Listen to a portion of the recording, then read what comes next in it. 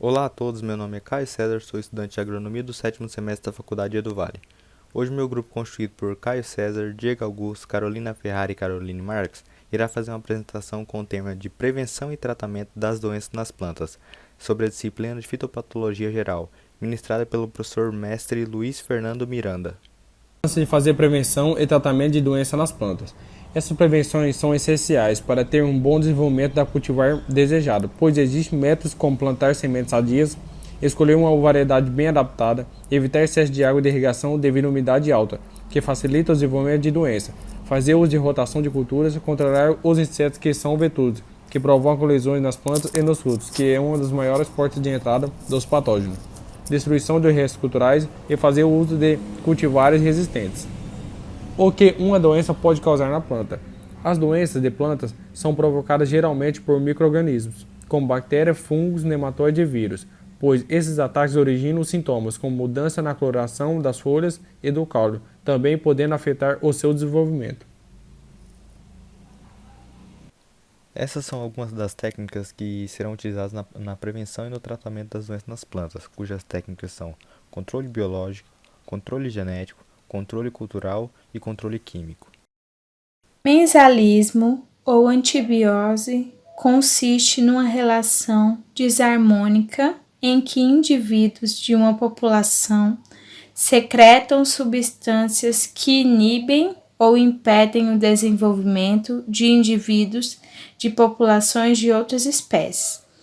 É o caso bem conhecido dos antibióticos, que, produzidos por fungo, impedem a multiplicação das bactérias.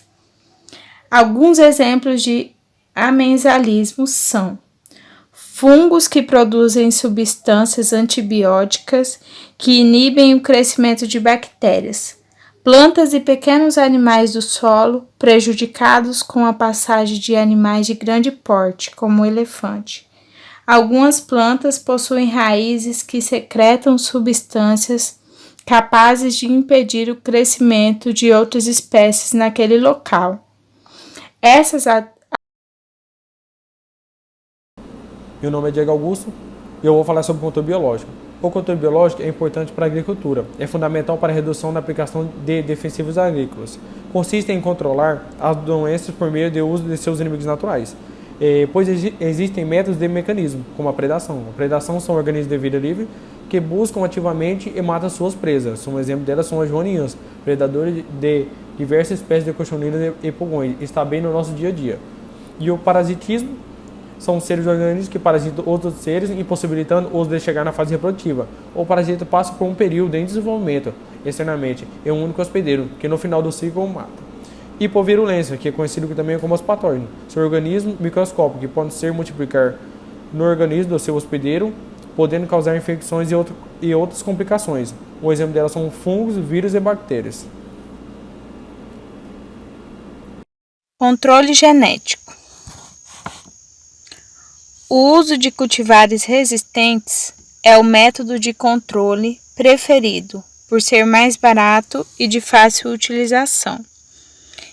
E também, dessa maneira, utilizando cultivares resistentes, as doenças e plantas diminuem o consumo de defensivos agrícolas no controle de pragas e doenças.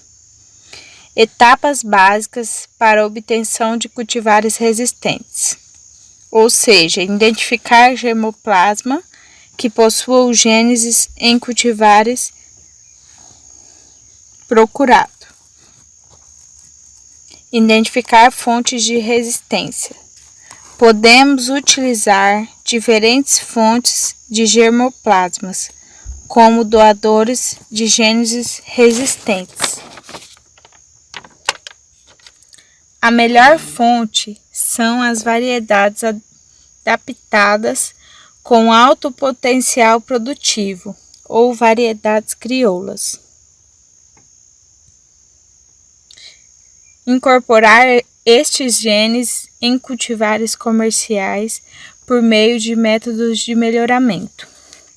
No caso da resistência ser derivada de um ou poucos genes, ela pode ser introduzida em uma cultivar comercial, através do método dos retrocruzamentos. Após a obtenção de uma cultivar resistente, traçar a melhor estratégia para que a resistência seja durável face à natureza dinâmica das populações patogênicas. Meu nome é Carolina Ferrari e eu vou falar sobre o controle cultural. Controle cultural consiste em manipular práticas agrícolas visando erradicar ou diminuir a quantidade de inódulo que um patógeno presente em uma certa área, criando condições desfavoráveis para a sobrevivência dos mesmos, atuando principalmente na fase de sobrevivência do patógeno. Esse método de controle se divide em algumas principais práticas: rotação de culturas, queimas e restos culturais, inundações, incorporação de matéria orgânica, preparo do solo, adubação, irrigação, densidade do plantio, barreiras físicas e entre outros. O controle, sendo muito eficiente, é menos difundido que outros métodos de controle químico. Vários fatores reduzem o interesse no uso desse método, como econômicos e profissionais. Econômico, porque o produtor espera obter o máximo de lucro e o mínimo de risco. E profissional, pois o controle exige autoconhecimento de condições particulares do solo, desestimulando seu uso. O método de controle cultural se baseia, como em todos os outros, no triângulo da doença: interação, hospedeiro, patógeno, ambiente. Além dessa interação, pode-se afirmar que a adoção desse controle é mais fácil e de maior eficácia, quando o hospedeiro é suscetível durante todo o ciclo ou em uma fase dele.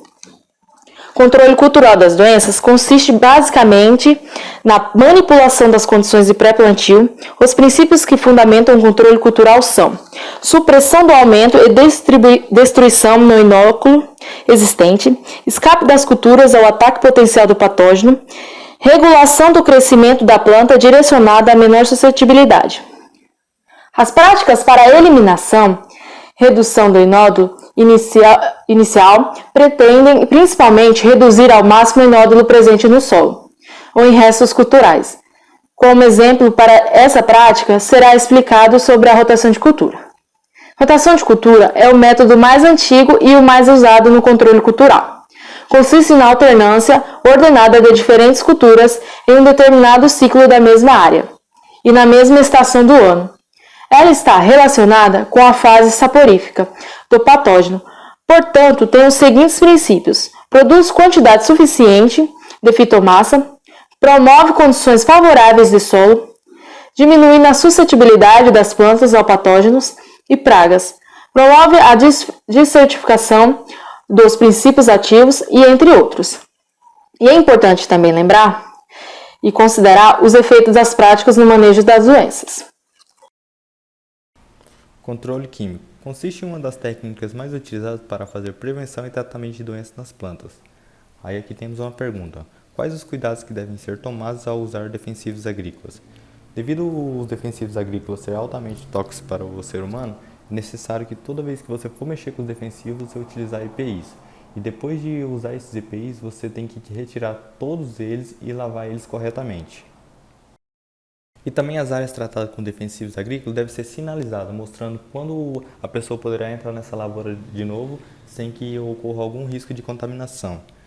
E toda vez que você for aplicar um defensivo agrícola em uma área, você tem que respeitar o intervalo de carência dela.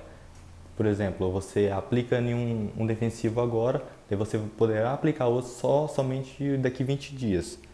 E caso ocorra uma contaminação a alguma pessoa, é necessário que ela retire todos os EPIs que ela esteja usando e tome banho com água e sabão imediatamente. O tratamento de semente é uma das técnicas mais utilizadas nos dias atuais. Ele é um processo que garante que a semente vai receber a quantidade correta de defensivos agrícolas. Por lei, tem uma quantidade máxima de defensivos agrícolas que uma semente pode receber, então ele tem esse objetivo. Esse tratamento de sementes também tem outro objetivo, que ele busca garantir um bom desenvolvimento da planta nos seus primeiros dias. No caso, ele impede que alguma doença alcance a semente durante seu processo de germinação. Os defensivos agrícolas são extremamente importantes em uma lavoura.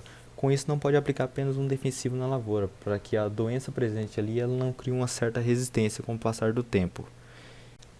Com isso, é sempre bom variar os produtos aplicados na lavoura. e também tomar cuidado com a dose aplicada, para que não exceda o limite permitido de acordo com a bula. Através dessas informações, encerramos nossa apresentação, mostrando que todas as etapas é fundamental no processo de prevenção e tratamento de doenças nas plantas.